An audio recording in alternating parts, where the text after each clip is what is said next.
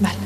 Tot seguit el doctor Jaume Sastre Garriga, El doctor Jaume Sastre Garriga del Centro de Esclerosis Múltiple de Cataluña nos va a hablar de las medidas de neuroprotección, volumetría en resonancia magnética para la esclerosis múltiple.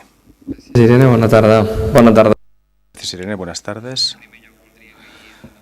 En primer lugar, quisiera expresar mi agradecimiento a la Fundación GAEM y al Centro de Esclerosis Múltiple de Cataluña por invitarme a dirigirme a ustedes en esta cuarta edición. También me han dicho que tengo que hablar en castellano. Había preparado todas mis diapositivas en catalán, pero espero que eso no sea un impedimento para la comprensión.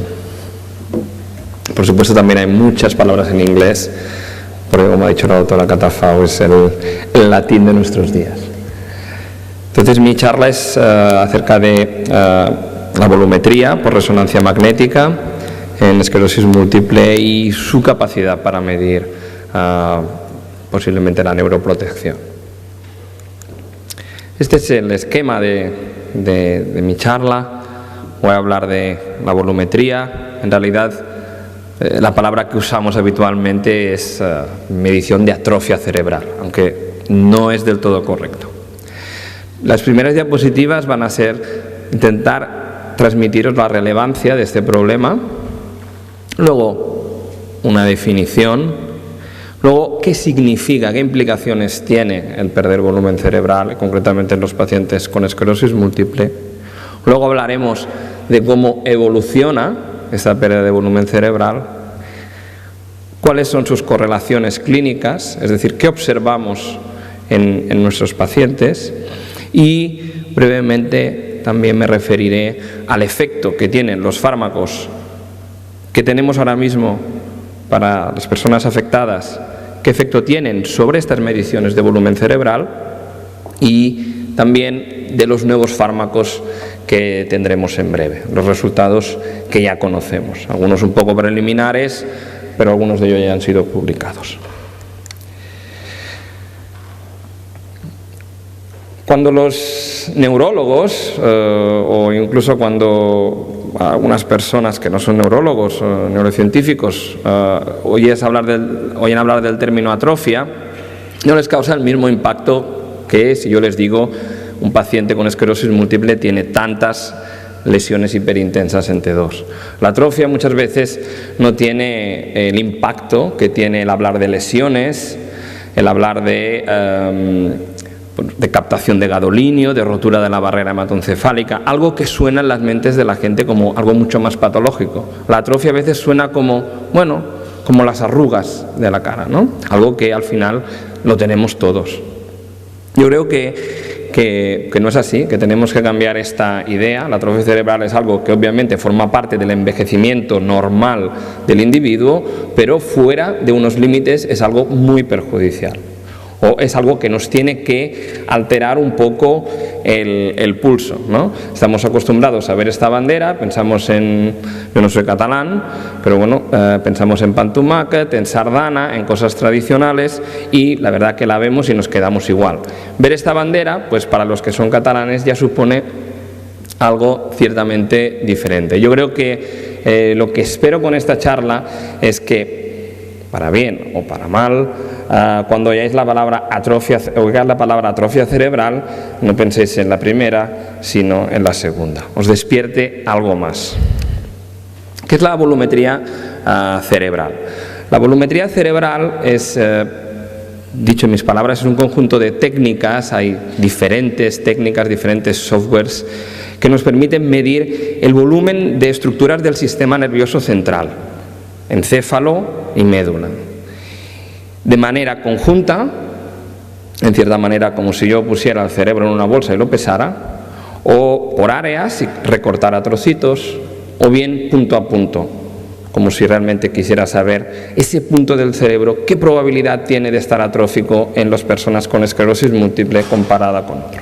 Lo puedo hacer de muchas maneras diferentes, pero eso en el fondo es la volumetría cerebral. ¿Qué implica una pérdida de volumen cerebral?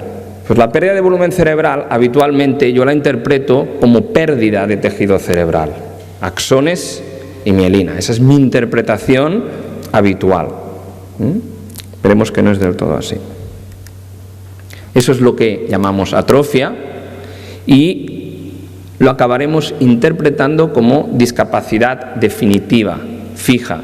Cuando yo pierdo los axones, las neuronas que mueven mi brazo, pierdo la capacidad de mover ese brazo de manera definitiva, en términos generales. Esa atrofia puede ocurrir de diferentes maneras. No tenemos que pensar que la atrofia siempre es algo relacionado con el paso del tiempo. La destrucción del tejido, por ejemplo, de este teatro romano de Pollensa, que tras 2000 años pues, ha perdido bastante de su estructura inicial. Yo soy mallorquín, por cierto. Pero esto es una pérdida de tejido con el paso del tiempo, mientras que esta pérdida de tejido que podéis, si queréis ir en la iglesia de San Felip Neri, en Barcelona, cerca de donde vivo yo, veis que esta pérdida de tejido que tiene esta pared ocurrió de manera aguda a principio del 36, a mediados del 36. Por tanto, puedo perder tejido de manera aguda o de manera crónica. Visto ya sin ejemplos, podéis ver aquí uno de los artículos que a finales de la década de los 90 puso de manifiesto que se puede perder tejido cerebral no solo por un problema de degeneración, sino de manera aguda con la inflamación. También, por supuesto, podemos perder tejido de manera crónica, como veis que sucede en este cerebro de una persona afectada por esclerosis múltiple a lo largo de 10 años. Es como se va perdiendo, va apareciendo más área de color negro, que significa líquido cefalorraquídeo. Se va perdiendo tejido y va apareciendo líquido. Visto en un diagrama, aquí vemos pérdida de tejido aguda, veis esta neurona, la mielina que la recubre está siendo atacada por el sistema inmune y en este ataque no solo se destruye la mielina, sino que se acaba destruyendo toda la neurona. Esto es una pérdida de tejido aguda. Por otra parte, también tenemos la pérdida de tejido crónico. Veis aquí que la mielina se ha perdido por un ataque inmune, pero la neurona ha sobrevivido. Se ha tenido que adaptar, pero esta adaptación es incompleta y al paso del tiempo la neurona acaba por perecer. Os he dicho que esto no es exactamente así, porque las cosas nunca son tan sencillas como parecen, y la pérdida de volumen cerebral en ocasiones puede ser reversible.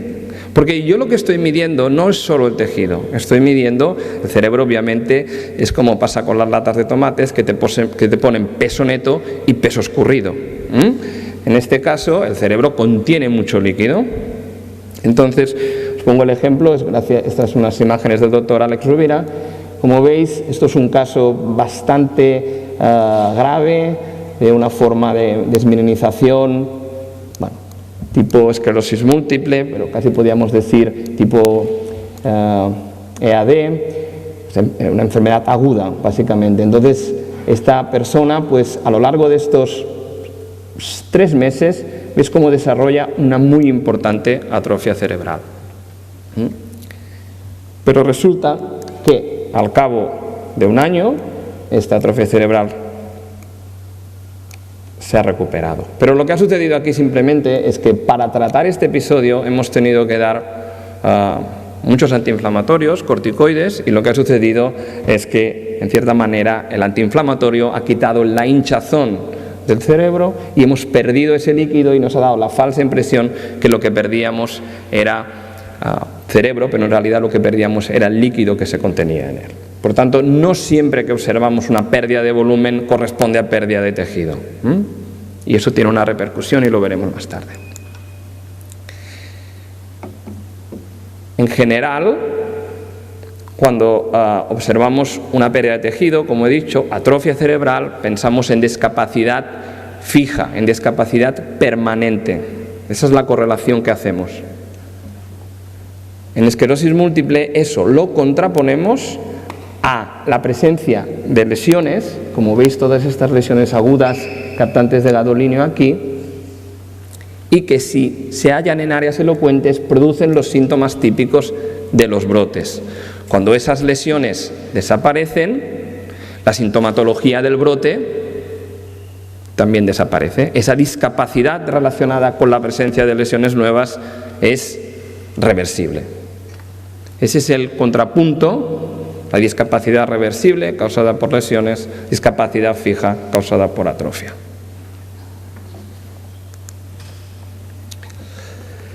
Os voy a explicar ahora en algunas diapositivas lo que sería la historia natural de la atrofia en esclerosis múltiple, es decir, cómo evoluciona, cómo vemos evolucionar este volumen cerebral en las personas afectadas. Esta es una diapositiva que ya está un poco, la hice hace unos 8 años o así, pero me costó tanto esfuerzo que me gusta todavía enseñarla, aunque esté un poco pasada de moda. El mensaje es el mismo. Esta es la pérdida de volumen cerebral en tanto por ciento. Mira, todos los que estamos aquí, cuando vengamos al Bulem-CB 5, habremos perdido entre un 0,3 y 0,5% de nuestro cerebro. Estaremos más delgaditos desde el punto de vista cerebral. Sin embargo, las personas afectadas por esclerosis múltiple, y esto es un resumen de muchos trabajos, de manera anual pierden más que las personas que no padecen esclerosis múltiple.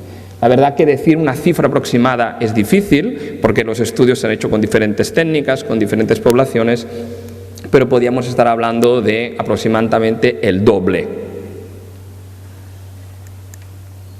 Esta pérdida de volumen se produce desde el minuto 0.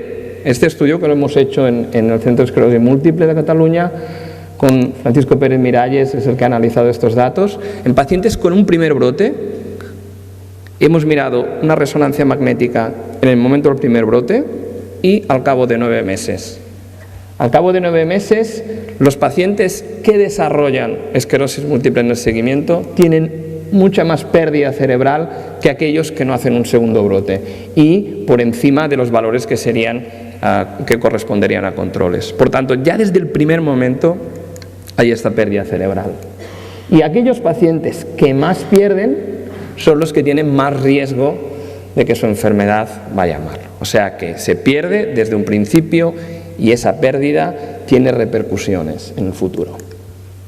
Como podéis ver en esta diapositiva, esto es la discapacidad, y los pacientes que tienen más discapacidad al cabo de 6 años son aquellos que durante el primer año más pérdida de volumen cerebral han experimentado. O sea que esa pérdida tiene repercusiones, ocurre desde el inicio. Pues hasta el momento os he estado hablando del cerebro en global, todas las estructuras que componen el cerebro. Pero de hecho hay 2 estructuras fundamentales que supongo que todos las conocéis, la sustancia gris, la sustancia blanca. Ahora somos capaces de pesarlas por separado y obtener qué pesa la sustancia gris, qué pesa la sustancia blanca.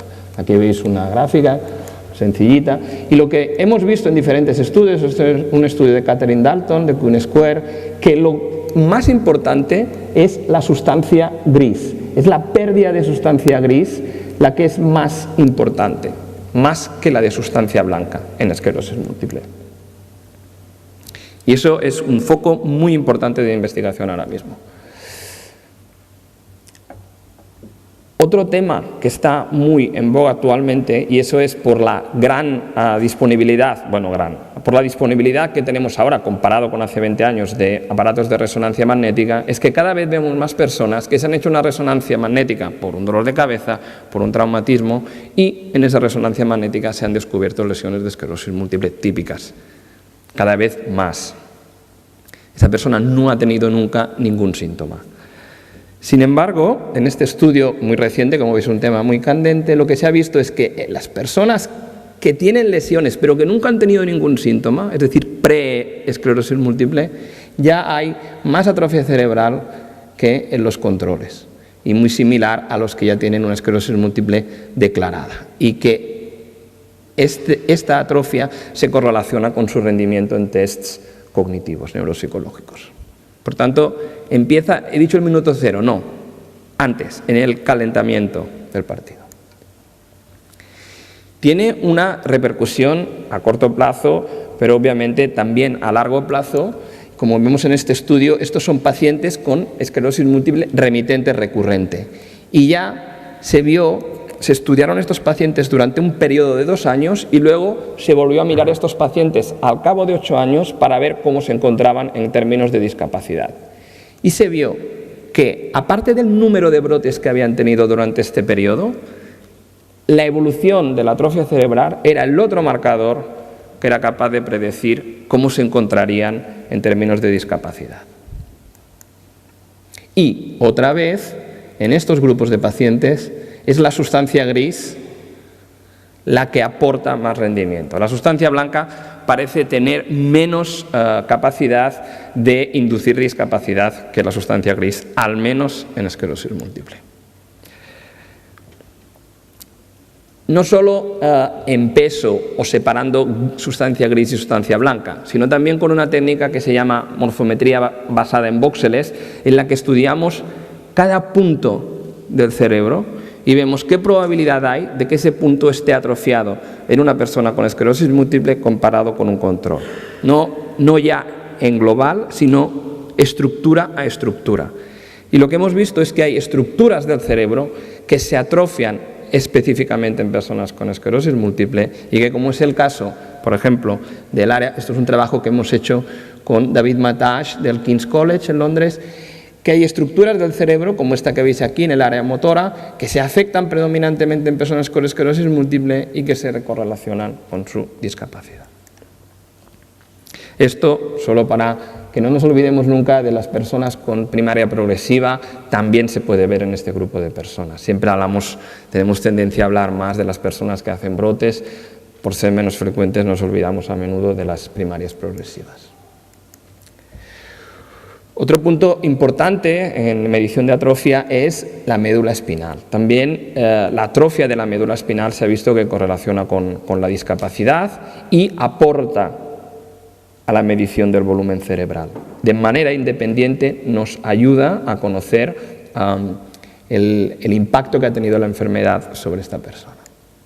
Como veis, esto es una medida del área medular a nivel cervical. Y a medida que bajamos, la médula se nos va atrofiando, cada vez más vamos teniendo mayor discapacidad. Esto es un resumen de esta primera parte. Yo creo que espero haberos convencido de que la atrofia cerebral correlaciona con la discapacidad en todas las formas de la enfermedad, desde el preprimer brote hasta las formas progresivas, que la atrofia de sustancia gris es la que representa la mayor parte de esta pérdida y explica su impacto en la persona afectada, tanto en el aspecto físico como en el cognitivo. Os he puesto un ejemplo. Que no tenemos suficiente con contar las lesiones, que la medición de atrofia cerebral nos aporta un valor independiente, que yo creo que las medidas globales nos van a dar un mayor resultado que las regionales, pero que es importante seguir investigándolas, y que también la atrofia de médula espinal es algo que hay que seguir estudiando porque nos va a dar resultados a la hora de medir el efecto de los fármacos, y espero que pasemos de este estado a este, al menos, no estoy entrando en otros temas, al menos cuando oigamos la palabra atrofia cerebral. Ahora unas diapositivas que vamos a ir un poquitín más rápido y que son siempre más interesantes para vosotros, que es, bueno, ya hemos visto que hay atrofia, pero ahora algo tendremos que hacer para solucionarlos cuando llegamos a Manitas, para que nos diga cuál es el efecto de los tratamientos sobre el desarrollo de atrofia. Ya os he dicho que, que la mayoría de veces en que pensamos en discapacidad transitoria, los brotes, esto se debe a lesiones y los fármacos, esto es el mismo paciente, es cortesía de Alex Rovira, la mayoría de fármacos que tenemos disponibles son antiinflamatorios. Estas lesiones las reducen en gran medida. ¿Lo veis? Por ejemplo, esto es una gráfica que nos quiere decir que básicamente para saber el efecto que tiene un fármaco sobre la disminución de brotes, basta con saber su efecto sobre la disminución de las lesiones que captan. Hay una correlación bastante buena entre el efecto del fármaco sobre la resonancia, lesiones y su efecto sobre brotes. ¿Pero qué sucede? Estos fármacos son antiinflamatorios. Entonces, reducen el edema cerebral, reducen estas lesiones y podemos encontrarnos en un caso similar al que os he explicado antes, que estamos, por el efecto del fármaco, induciendo a pérdida de volumen. Y es realmente lo que vemos. La mayoría de veces que iniciamos, esto sería la evolución de una persona con esclerosis múltiple, la raya negra, y lo que vemos en la mayoría de fármacos, interferones, Copaxone, natalizumab, etcétera, que cuando iniciamos el fármaco, en lugar de salvar volumen cerebral, estamos empeorando la situación en cuanto a medición de volumen, porque lo que estamos quitando es inflamación y estamos deshinchando el cerebro. El efecto de prevención solo lo empezamos a notar más tarde. Esto es un ejemplo que os pongo en pacientes que están tomando natalizumab, que es un fármaco muy antiinflamatorio. Veis que los que tenían inflamación al principio, durante el primer año pierden un 1,5% del volumen cerebral, mientras que los que no tenían inflamación solo pierden un 0,5%. Esta pérdida es, sobre todo, es que el cerebro se está deshinchando, mientras que en el segundo año ya tenemos una preservación del tejido cerebral. Pero durante el primer año podemos observar algunos resultados paradójicos. Y esto es fundamentalmente debido a la sustancia gris. Os he puesto el ejemplo del natalizumab, os pongo otro ejemplo de otro fármaco que tenemos recientemente, que es el fingolimod, que es la primera cápsula oral. Y en este caso es un efecto bastante llamativo porque este fármaco parece que preserva el volumen cerebral ya desde los primeros 6 meses. Aun siendo un potente antiinflamatorio, nos preserva la pérdida de volumen cerebral. Este efecto es muy llamativo y hay que seguir investigándolo. No lo podemos dar ya por cierto de entrada. Y aquí os he hecho una gráfica con los fármacos que vienen ahora recientemente, que tendremos. Uno es el VG12, hace 2 semanas se han publicado los resultados, ya están en evaluación por las agencias que ha citado la doctora Catafau, la EMA, la FDA, y será un fármaco que seguramente lo dispondremos, un fármaco oral. La teriflunomida, que ya ha sido aceptada por la FDA, que están en estos momentos en análisis por la EMEA, pero seguramente también la tendremos disponible. Y como veis, estos 2 fármacos han fracasado a la hora de demostrar que son capaces de inducir neuroprotección. Sin embargo, otro fármaco, que es el laquinimod, que ha fallado a la hora de protegernos de brotes, está protegiéndonos del desarrollo de atrofia. Y otro fármaco que también seguramente tendremos en breve, que ya se está evaluando por las agencias reguladoras, que es un anticuerpo monoclonal, muy antiinflamatorio, un muy potente antiinflamatorio, también ha sido capaz de proteger del desarrollo de atrofia cerebral. ¿Qué quiere decir esto? Que sabiendo el perfil de nuestros fármacos, no nos explicamos bien los resultados que tenemos, tanto a nivel antiinflamatorio como a nivel de neuroprotección. Estos 2 efectos no van juntos de la mano y, por tanto, no podemos, pensando que uno lo hemos conseguido, pensar que el otro ya lo tenemos. Hemos de estudiar ambos. Y que quizá en el futuro, combinando fármacos con efectos, algún fármaco más antiinflamatorio, otro más neuroprotector, podamos llegar a tener una terapia más eficaz.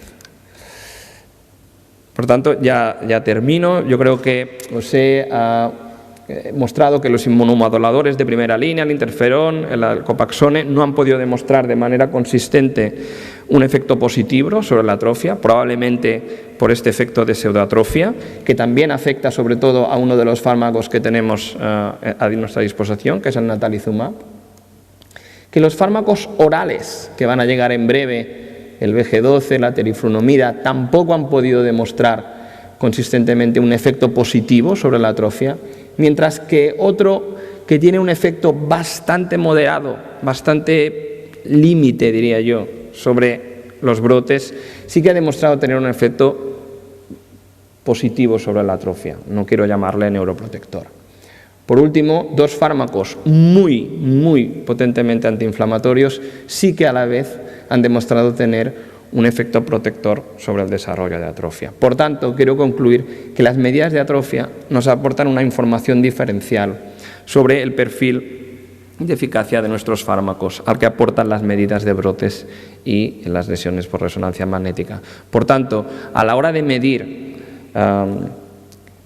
esquemas terapéuticos cuyo objetivo sea la neuroprotección, es importante siempre tener en cuenta las medidas de volumen cerebral, porque el contar lesiones no nos va a dar no nos va a explicar toda la historia. Por último, jo vull agrair aquestes diapositives.